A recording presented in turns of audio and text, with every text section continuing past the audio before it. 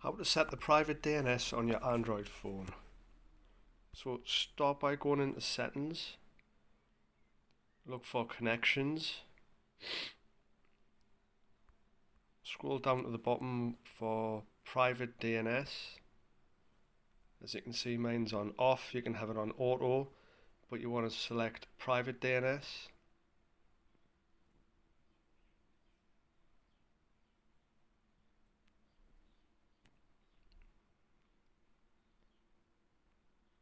Then click modify,